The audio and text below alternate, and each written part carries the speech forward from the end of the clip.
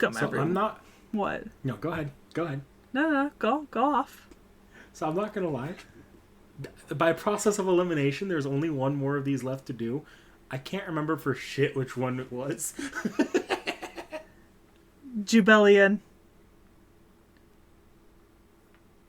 God, fuck the round table. What? I said fuck the round table. Why? Oh, okay. Now I remember what this one. Yeah, okay. So welcome back, as you can tell, to another Off the Shelf. We've got a volume 1, and we've got a novel this time. And so I've got some interesting things about this novel. So first of all, this is called Daddy, I Don't Want to Marry in this translation. But I think in the official translation of the manhwa, it's called Father, I Don't Want This Marriage, or Father, I Don't Want to Get Married. So I did not know this when I ordered these books, but it appears... So this started coming out in 2019. It came out... the author is Hong Hee-soo. I think that the 2 volumes I have of this are either self-published or fan-published on Amazon. Because the first 2 volumes don't share the exact same formatting. And some of the other commenters on the reviews mentioned that there were like a few errors in the translation. So, like minor ones. Is this an unofficial publish that went under the radar by chance? I don't think so. No, I do think it's a legal publication. Like the author is listed on Amazon, Hong Hee-soo. I just think that this is one of those situations where someone like it was translated and then they decided to put like the translation that was put up online, right? Like the official online translation. They just decided to reformat it into a book and like self-publish it on Amazon rather than get like a big publishing company to pick it up and promote it. Because the first 6 volumes of this are out on Amazon, but only the first 2 are in paper. And it is published by Word Excerpt LLC, and they're the ones who did the English translation. So they got the rights to do the English translation. So it's a much smaller scale publishing effort than like the copyright page seems all legit. I mean, it lists the author, it lists the editor, the translator. I've got the original copyright here from Korea with the Shin-Young Media Service. So it appears like perfectly fine. It's legit. It's just one of those like small, almost self-publication sort of things. Which means it doesn't have quite the same standardization and perfection as some of the other stuff I've given you. Hence why there is a slight like change in the title from Father, I Don't Want This Marriage, or Father, I Don't Want to Get Married, to Daddy, I Don't Want to Marry. So is there differences between the 2 books on how they handle things? And it's just like nope. Not. Nope. So it is consistent across the 2 books though. Yeah, it's the formatting of the book itself that has changed slightly between volume 1 and 2. Like the font is a little smaller, the pages are filled up to a different extent, and that sort of thing. You know what I mean? Cosmetic changes. I wonder if some of it might be fan translations versus what they ended up going for at the official translation. Tight Moon and Fate tends to run into that a lot whenever they officially translate something. Well, no, because it's not with the content of the book. I mean, it's like the way that the words are formatted on the page. So when you go to self-publish a book, you have to format the book yourself and then send it to the publisher. And it's just like they've changed the font from book 1 to book 2 of the words. Like it's not a content change at all. It's just slightly different aesthetically. Anyways, but so this is Daddy, I Don't Want to Marry. This is so Jubelian is our main character, or Juvelian, depending on the translation. The B and the V can be swapped. I've literally seen it both ways. This one uses the B. Jabba. So how I like this one. This is one of my favorites.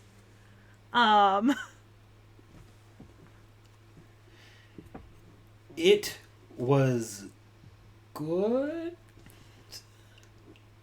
I don't want to be too harsh on this one, because there's a lot I really liked about it.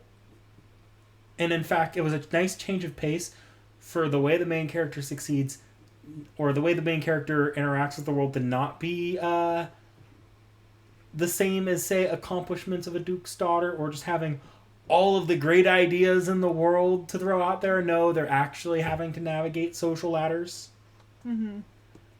And it's not just the main character being like, look what I know, this makes me incredible. Although I think they do a tiny bit of that. Mm-hmm. Yeah. She's not just monopolizing her future knowledge to succeed in her current life. Yeah, it's very in the moment, and it doesn't feel... The character is still navigating things politically, but it doesn't feel like the character is necessarily going through things with as clear of a long-term goal as some of our other characters do. Mm-hmm. Which is almost refreshing, actually. Yeah, and just to preface this for the audience, spoilers here, but so this is a reborn, not an isekai into a story, but a character being reborn after dying back into their previous body, and essentially she faces an awful end. I mean, what we are shown, what she does is that she is basically forced to commit suicide at the order of her father to escape a worse fate, right?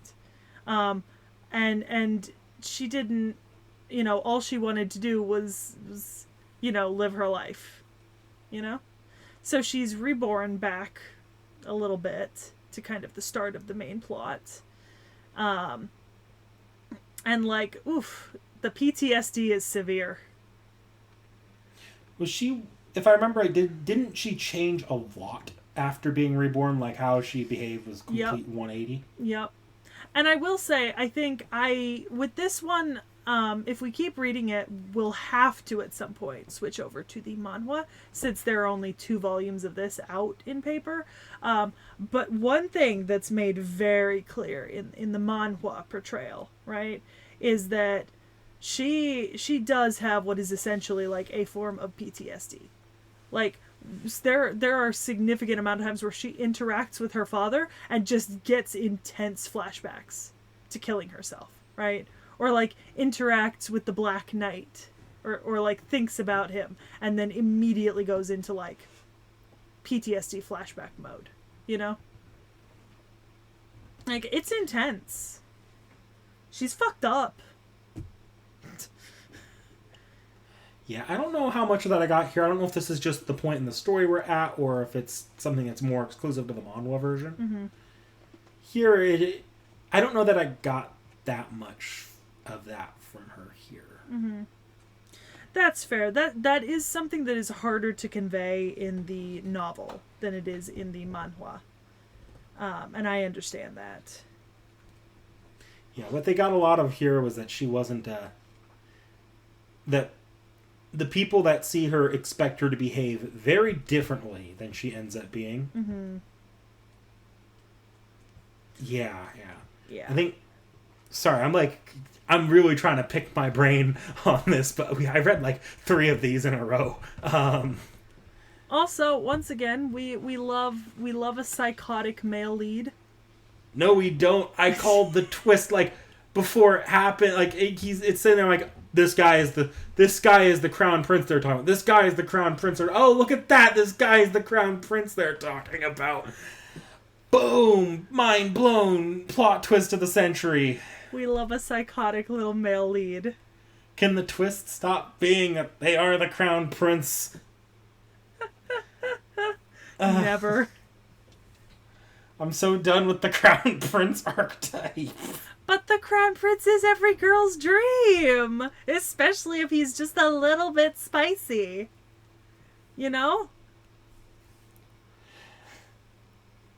But, like, does it need to be? It's easy. It's like, I get it. You're not like other girls. You don't want Prince Charming. You want Prince Psychopath. The amount of these I've read where, like, one of the major love interests is either a duke, an archduke, or a prince, or a crown prince is insane. It is truly, like, the most common. Like, I think in this book, the most interesting moments for me are when they're not, like, talking about the marriage at all. Because the marriage is kind of like, oh, she doesn't know what's going on here. Her father's being a little walk around about this. The guy's being a little walk around about this, but he likes her, and she kind of likes him, but doesn't know he's the crown prince. Otherwise, she would have a lot more reservations knowing his reputation. Whereas I tended to like the parts where she's actually interacting with the high noble society more. Yeah. Because it's interesting to see their perspective on her.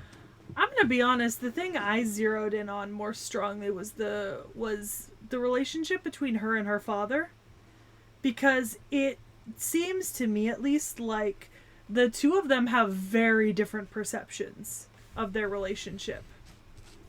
Like, her assumption of how he feels about her does not seem 100% correct, based on the interactions we get with him. Like, it seems like something much deeper is going on his end, and she is just unaware of it. You know what I mean? Maybe, but, like, with what I read, it just felt like the father's arc with her was, fuck this little shit of a child. Mm-hmm. Wait, she's not being a little shit of a child. What's going on? Maybe I'll try to be an actual father, finally. Yeah, that makes sense. It makes me wonder, you know? I think in that aspect, this one reminds me a little bit of Villains Are Destined to Die. A little bit, yeah, I could see that. Yeah, and I think it's mostly in the relationships between her and kind of the main cast. Like, based on what she knows of how they feel about her, like, based on her own experience, and then how, even though she doesn't think about it, her ongoing actions are causing change there. Yeah. Which means that, I mean, there is some nuance to the story, you know? Oh, yeah, there is with all of these. All of them have, like, pretty well written characters. This one included. Like, the characters are actually pretty well written here. Scratch that. I'm a moron. I completely forgot. This one is reincarnated into a book from, like, a college student. It's not. I was thinking of something else. I already ranted about did it need to be an isekai, so I'm not going to go on the rant again this time, but you forgot, and I kind of went with it because it didn't need to be one. Yeah, I gotta be honest. Sometimes I just ignore the fact that it's an isekai if the character isn't constantly talking about isekai shit. Look, hot take here, most isekais would be better if they weren't isekais, and the only reason you should be an isekai is if you're actually going to play with the character's previous life. Otherwise, throw it the fuck out and be more creative. I have been following a recent series on a TikTok that's absolutely fucking hilarious, because it literally gives the main character the option to, like, potentially return back to her home world, and she's like, but then how would I spend my life with you? You're hot! To, like, this 60-year-old man. Keep in mind, she is in the body of, like, a 20-year-old. But she was, like, 45 in her original life. So she's like, he's age appropriate for me, not like these 20-year-old morons. And he's like, you are a child. And she's like, not in my head. I mean, that does offer that moral conundrum there now, doesn't it? Yeah. Like, are you, if you're reincarnated to be that young, are you chasing the cradle? or is the guy or are you trying to get someone else to chase the cradle? Oh, or as opposed to there's a different one publishing on one of the many apps where it's like the main woman. It's her third time reincarnating into the same character, right? And so she's like 70, right? Like in total years lived, right? And oh boy, does she act like it. Like she acts like a fucking granny. She falls in love with this dude. He's like in his 40s. She's like in her 20s, like physically. But she's just like, oh my god, you're such a cute young man. Because she's like double his age. Like mentally. But like physically, they're close in age. You know what I mean? Yeah, I think isekai comedy romances probably work a lot better with their because they're willing to poke fun at themselves, and that's kind of how they interact with the isekai elements. I think isekai dramas fall sometimes it gets lost too much in its world, and it doesn't do enough with the isekai genre to justify being in the or sort of in having the isekai backstory to it. That makes sense. I will say I'm a little bit disappointed by this one in novel form. I think this particular one, at least in my opinion, works much better as a manhwa. So there is a potential that we will transition over to the manhwa if I keep us reading this. But at the same time, accomplishments of a Duke's Daughter. Yeah, but at the same time, the manhwa has not gotten an English paper release yet, and it is also not complete. So it's also on one of the apps where you have to pay by chapter. So it's kind of like a triple whammy of like, well, I don't pay for chapter, and it's not out in paper, and is there really a way we can justify doing that? Yeah. I mean, I read this stuff for like my personal like enjoyment, but it's not as if I don't support creators. I just can't afford to support every creator on every chapter, like fiscally. And some apps do stupid things, like revoke your fucking access to chapters after you've bought them, Legend.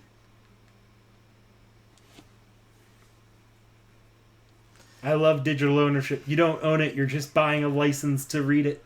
So Manta has a subscription-based, like, monthly model where you pay, like, $2.99 or $4.99. You have access to their whole catalog, right?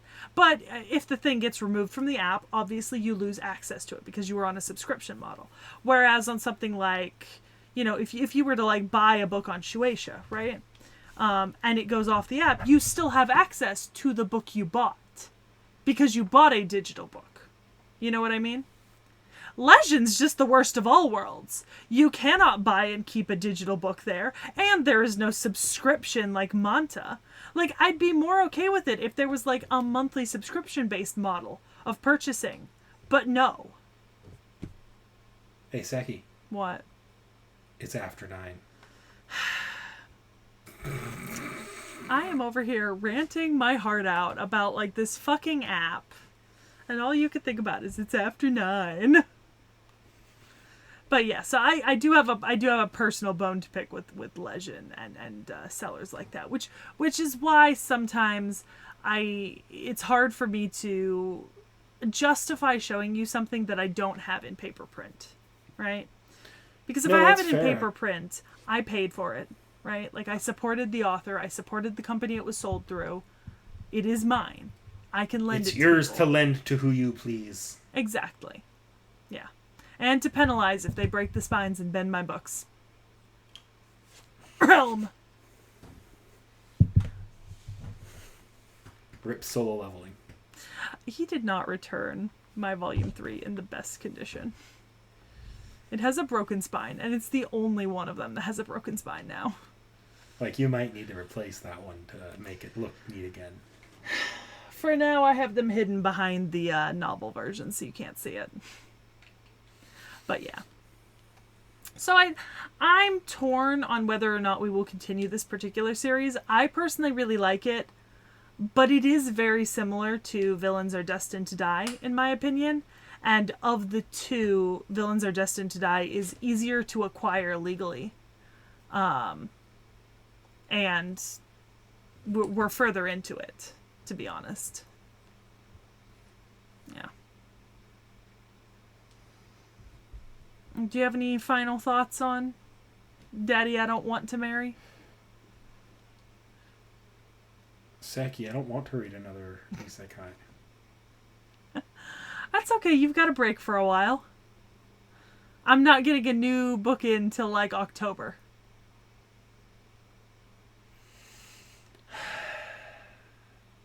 But you know what that means, right? What?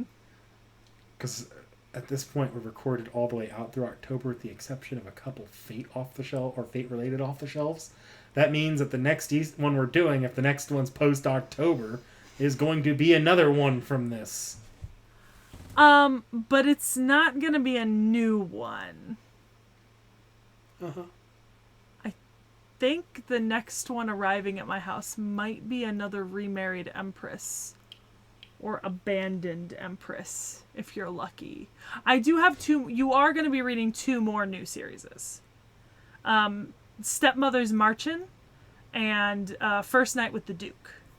But First Night with the Duke isn't going to arrive till November. And Stepmother's Marchin' is coming in October. Something is coming before that, but it's a continuation. You know, I think I figured out what my personal, like, realm of death looks like. My library? This particular genre of my library? You're welcome.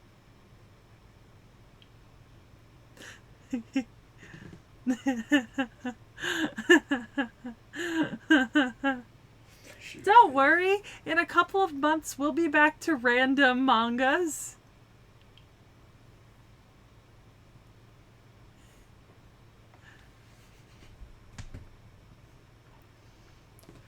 Months can't come soon enough. Is that the line crossing fingers? No. Fingers crossed.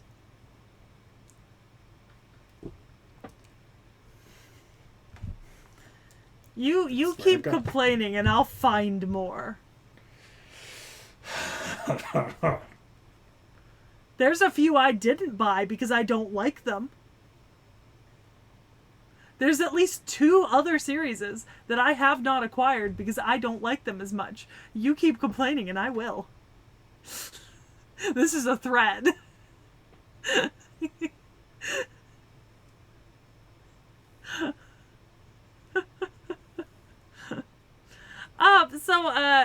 Anyone who's watching, you should tell Nick Nack all of the versions of these sort of stories that he should read.